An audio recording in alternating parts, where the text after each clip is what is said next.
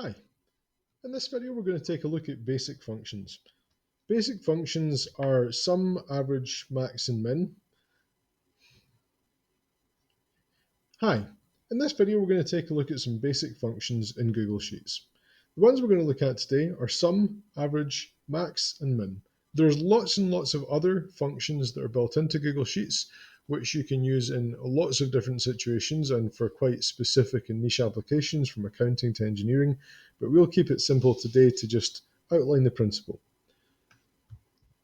Now, in the past video, we looked at basic formulas and we used them to calculate some simple values by adding, subtracting, dividing, multiplying, and hopefully saw that that would speed up the whole process of basically working with your data.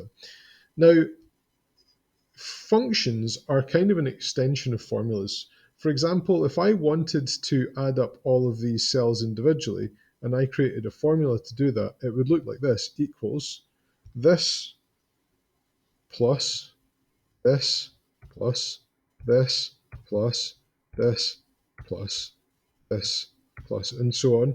You can see how that would become very laborious, particularly if you had 300 rows of data. And so where there are some things that we would need to do, like adding columns of data up or finding an average, rather than actually having to type out a formula cell by cell, there are some functions which are essentially like shortcuts to a formula that allows to do that much more efficiently. And you actually saw that when I clicked in the cell here, initially, Google Sheets had suggested, and like an automatically suggested, did I want to do the sum for the cells above it. So if I type in equals here, you'll see that it actually suggests to me a sum function that might save me a bit of time, and we can just accept that if we want to. But I want to show you how you would use the sum or average function or whatever one you wanted to use in your own spreadsheets. So in here, let's have a quick look at sum. With a function, we always still start with equals, but we then usually need to start with the function itself. So in this case, it'd be sum. Now, usually you would type these in capitals, but Google Sheets tends to pick up, even if you type it in lowercase, that that's the function you want. And you'll see that it starts suggesting all the different functions that are written in that way. So if we just select sum here, you'll see it's open brackets for us, but if we were typing this out, we'd have to do equals sum and then open brackets. And then we select the range of data that we want to add together in the case of sum. So that would be just clicking and dragging over all of these columns here, and then we can close our brackets and hit enter. Incidentally, if you don't close the brackets, again, Google Sheets kind of knows what you're doing and it just works anyway, but that's the proper way to do it. So if you were typing them out, it would be equals sum, open brackets, your range of data, which you can just drag and select. Then we hit enter, and you'll see it's added that all together for us. Now, the other thing to bear in mind is that we actually can do this for not just things in a single row or column. For example, if I wanted to get a sum of this and this and this all together, I can just use the control key to click and drag over whatever groups of data I want to sum, and it will just work the same. So we can apply that principle to all of these functions we're going to look at.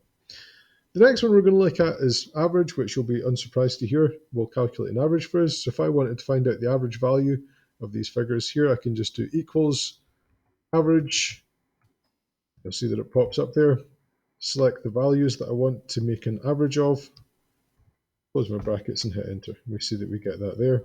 Max and min are very similar in terms of how they work. It's just that max will allow you to find the highest value within a range, and min the lowest value in a range. So for example, if you were looking at statistics and you wanted to identify, for example, the lowest scoring pupil in a particular assessment, or the highest scoring pupil in assessment, or whatever other reason you might have, and you've got a big set of data, this is a really quick way to find the highest value that was achieved within that range. So it would just look like equals, and again, you see it's automatically suggesting sum, but we don't want that, so we just ignore it. Max, and we open our brackets, and we're going to select this range here, close our brackets, hit enter, and you can see that unsurprisingly the highest value, 2100, is what's been picked up. And we can do the same here, equals Then select our data, close brackets, and it will find the minimum value. And we can copy these functions to reuse them in other places, but we just need to be conscious of the fact that if we copy them, then the relative referencing will also usually move the references when we copy them. So it's not usually a great idea to do that unless you understand what's going on there. So hopefully you found that a useful introduction to functions. As I say, there's lots more to learn about them if you're interested, but there's stacks on YouTube that you can use to find out. Hopefully that's been helpful though.